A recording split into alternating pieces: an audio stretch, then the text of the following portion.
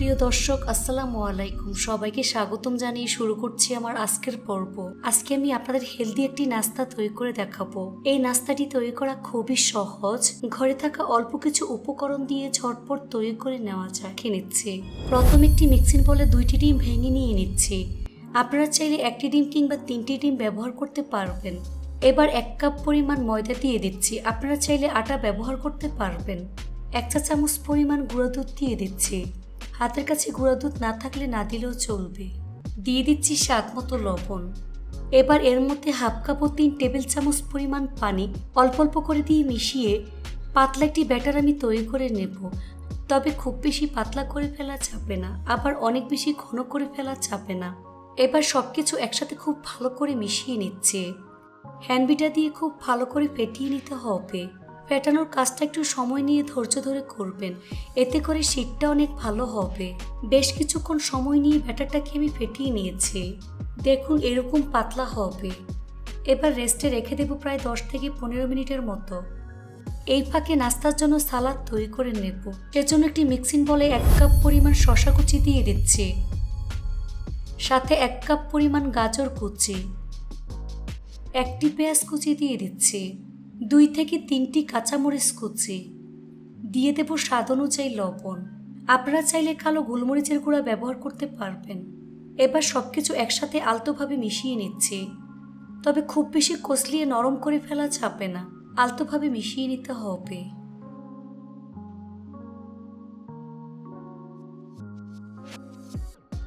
মিশানো হয়ে গিয়েছে। এবার এটাকে রেস্টে রেখে দেব প্রায় 5 মিনিটের মতো। এই ফাঁকে চুলে একটি ফ্রাই প্যান বসিয়ে এর মধ্যে সামান্য পরিমাণ সয়াবিন তেল দিয়ে দিচ্ছি। এখানে মিক্সিং বলে 2টি ডিম নিয়ে নিয়েছি। এর মধ্যে স্বাদ মতো লবণ দিয়ে ডিমটাকে খুব ভালো করে ফেটিয়ে নেব।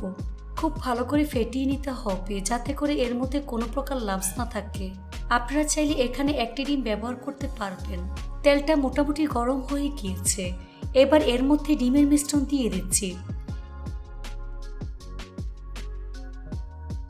ডিমটাকে ভেঙে ঝুরঝুরা করে নিতে হবে, অর্থাৎ ডিমের স্ক্রাম্বল তৈরি করে নেব। এভাবে 1 থেকে 2 মিনিটের মতো সময় নিয়ে ডিমটাকে ভেজে নিতে হবে।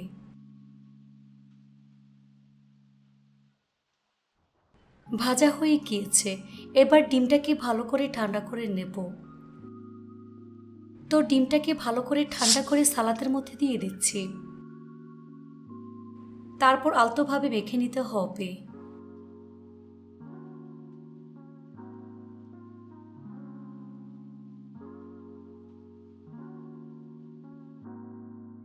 এবার এটাকে এক সাইডে রেখে দেব। ফিরে আসলাম 15 মিনিট পর। এখন ডোটা দেখিয়ে দিচ্ছি ঠিক কতটা পাতলা হবে। দেখুন ঠিক এরকম পাতলা হবে। চামচের মধ্যে ঠিক এভাবে দাগ টেনে নিলে 2 বার যখন মিশে যাবে না, তখন বুঝতে হবে ব্যাটারটা একেবারে পারফেক্ট হয়েছে। এবার শীতের জন্য চুলে একটি ফ্রাই প্যান বসিয়ে এর মধ্যে সামান্য পরিমাণ সয়াবিন তেল দিয়ে দিচ্ছি। তারপর ব্রাশ দিয়ে সম্পূর্ণ ফ্রাই প্যানের মধ্যে তেল লাগিয়ে নিতে হবে।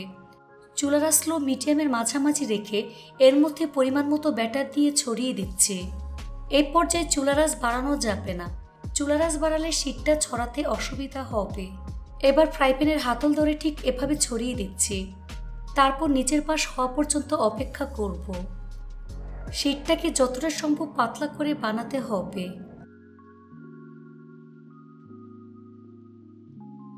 নিচের পাশ যখন মোটামুটি ভাজা হয়ে যাবে, তখন শীতটাকে উঠিয়ে নিচ্ছি। আপনারা চাইলে এটাকে উল্টিয়ে 1 মিনিটের মতো ভেজে নিতে পারবেন। তারপর প্লেটের মধ্যে নিয়ে নিচ্ছি। বাকি শীটগুলোকে একইভাবে আমি তৈরি করে নেব। সবগুলো শীট একইভাবে রেডি করে নিয়েছি। আপনারা চাইলে শীটগুলোকে ফ্রিজে নর্মাল চেম্বারে সংরক্ষণ করে রাখতে পারবেন। এবার একটি আঠালো ঘন পেস্ট তৈরি করে নেব। এর জন্য মিক্সিং বলে 3 টেবিল চামচ পরিমাণ ময়দা দিয়ে দিচ্ছি। এর মধ্যে অল্প অল্প করে পানি দিয়ে ঘন একটি পেস্ট আমি রেডি করে নেব।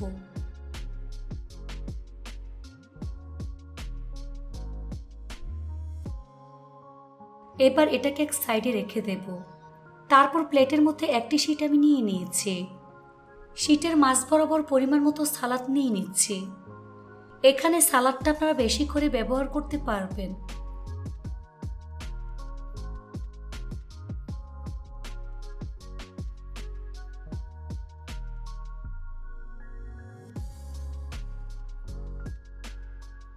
শীটের এক সাইডে আঠালো মিশ্রণ লাগিয়ে ঠিক এভাবে আমি ফোল্ড করে নেব। তারপর উপর এবং সাইডে আঠালো মিশ্রণ লাগিয়ে নেব। তারপর ঠিক এভাবে ফোল্ড করে হাত দিয়ে চেপে সেট করে দিতে হবে। আবারও দুই পাশে আঠালো মিশ্রণ লাগিয়ে নেব। দুই পাশ থেকে ঠিক এভাবে আমি ফোল্ড করে নেব। এই তো একটি নাস্তা আমি তৈরি করে নিয়েছি। আপনাদের এই তো আরও একটি নাস্তা আমি তৈরি করে নিয়েছি। সবগুলো নাস্তা একইভাবে আমি তৈরি করে নিয়েছি। এবার নাস্তাগুলো ভাজার পালা। চুলা একটি ফ্রাই প্যান বসিয়ে খুব সামান্য পরিমাণ সয়াবিন তেল দিয়ে তেলটাকে মিডিয়াম আঁচে গরম করে নিয়েছি। এবার এর মধ্যে 3টি নাস্তা আমি দিয়ে দিচ্ছি। চুলার আঁচ মিডিয়ামে রেখে এই নাস্তাগুলোকে ভাজতে হবে। নিচের পাশ মোটামুটি ভাজা হয়ে আসলে উল্টে দিচ্ছি।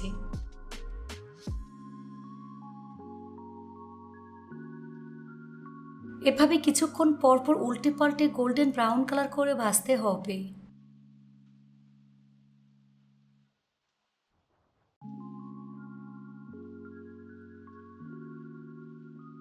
এই তো নাস্তাগুলো আমার ভাজা হয়ে গিয়েছে। এবার একটা একটা করে নাস্তা প্লেটে তুলে নিচ্ছি। প্লেটের মধ্যে অবশ্যই কিচেন টিস্যু ব্যবহার করবেন, এতে করে নাস্তা থেকে অতিরিক্ত তেল চুষে নেবে। বাকি নাস্তাগুলোকে একইভাবে ভেজে নিতে হবে। তারপর পরিবেশন করে আপনাদের দেখিয়ে দিচ্ছি। সবগুলো নাস্তা একইভাবে আমি ভেজে নিয়েছি। দেখুন নাস্তাগুলো দেখতে মাশাআল্লাহ কতটা সুন্দর এবং কতটা লোভনীয় হয়েছে। এটা শুধু দেখতেই সুন্দর না, খেতে অসম্ভব মজার হয়েছে। এভাবে একবার হলেও বাসায় তৈরি করে দেখবেন। এই নাস্তাটি সকাল কিংবা বিকেলে অথবা ডিনারের জন্য একবার হলেও তৈরি করে দেখবেন। আশা করছি বাসার ছোট থেকে বড় সবাই ভীষণ পছন্দ করবে আর আপনার প্রশংসা করতে বাধ্য হবে। সবাই অনেক বেশি ভালো থাকবেন। আল্লাহ হাফেজ।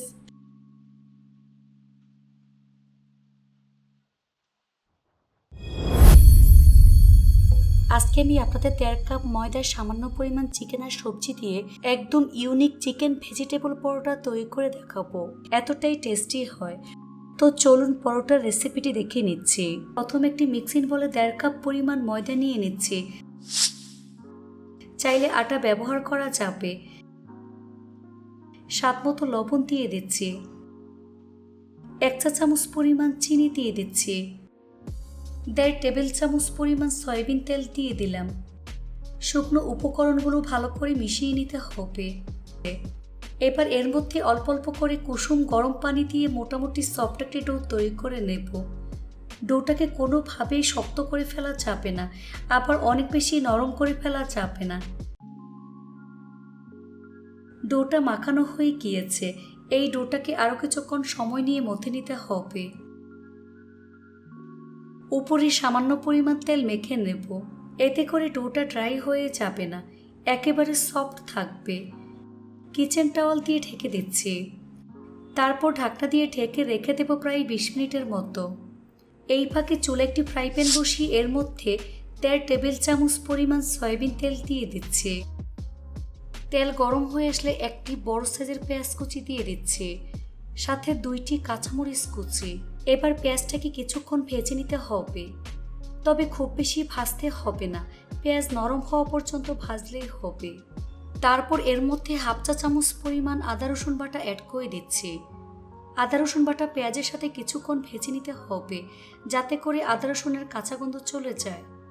তারপর এর মধ্যে 1/2 কাপ পরিমাণ সিদ্ধ চিকেন দিয়ে দিচ্ছি।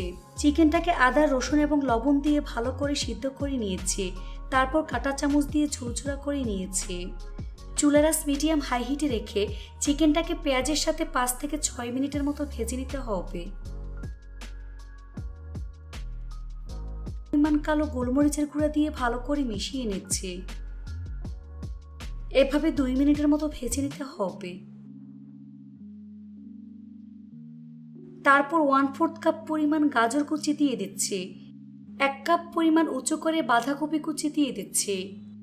1/4 কাপ পরিমাণ কিউব করে কাটা ক্যাপসিকাম দিয়ে দিচ্ছি। সবকিছু একসাথে খুব ভালো করে মিশিয়ে 5 মিনিটের মতো ভেজে নিতে হবে।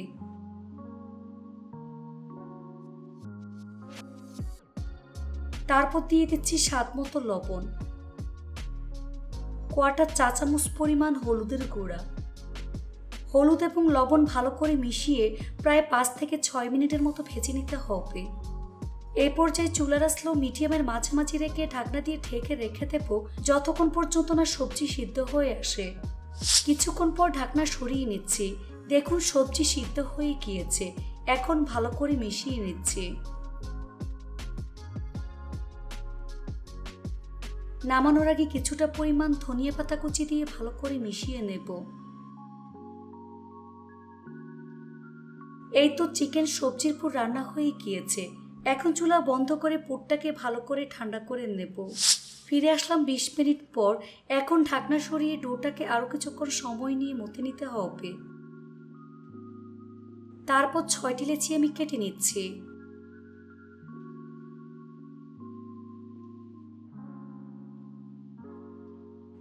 এখান থেকে একটি লেচি নিয়ে ঠিক এভাবে গোল বলের মতো আমি তৈরি করে নেব।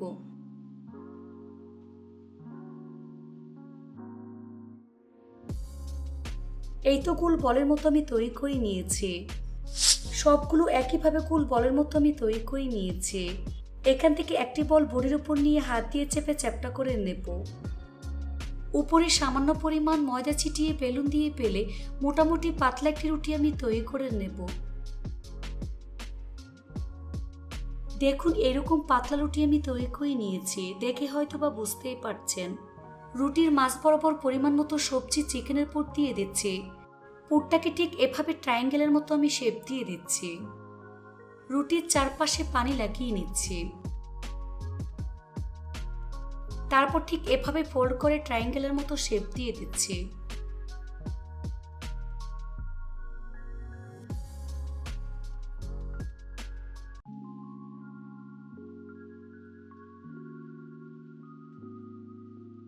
হাত দিয়ে খুব ভালো করে চেপে চেপে সিল করে নিতে হবে, তা না হলে ভাজার সময় খুলে যাবে।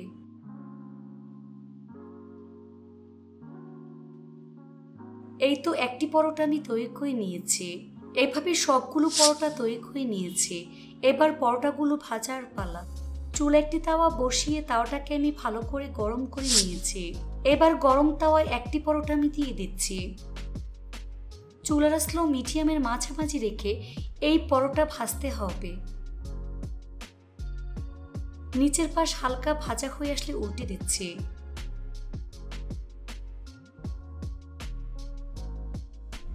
এভাবে 1 থেকে 2 বার উল্টে পাল্টে ভালো করে ভেজে নিতে হবে।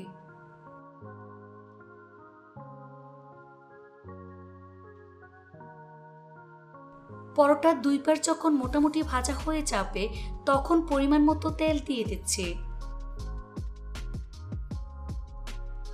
এভাবে কয়েকবার উল্টে পাল্টে পরোটার সময় নিয়ে ভাজতে হবে।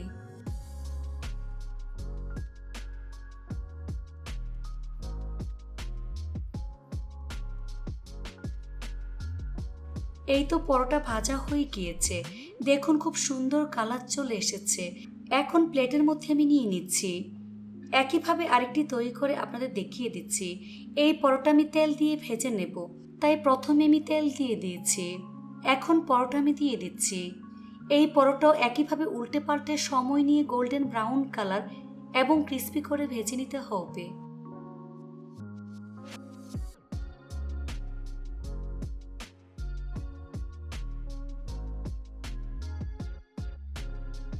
পরোটা ভাজা হয়ে গিয়েছে। এখন প্লেটের মধ্যে আমি নিয়ে নিচ্ছি। বাকি পরোটাগুলোকে একইভাবে আমি ভেজে নিয়েছি। দেখুন দেখতে মাশাআল্লাহ কতটা সুন্দর এবং কতটা লোভনীয় হয়েছে। এটা শুধু দেখতেই সুন্দর না, খেতে অসম্ভব মজার হয়েছে। এভাবে একবার হলেও বাসায় তৈরি করে দেখবেন। এটা তৈরি করে খেলেই বুঝতে পারবেন ঠিক কতটা মজার। রেসিপিটি ভালো লাগলে অবশ্যই একটি লাইক দিয়ে দিবেন। ফ্রেন্ডস অ্যান্ড ফ্যামিলির সাথে বেশি করে শেয়ার করবেন। সবাই অনেক বেশি ভালো থাকবেন। আল্লাহ হাফেজ।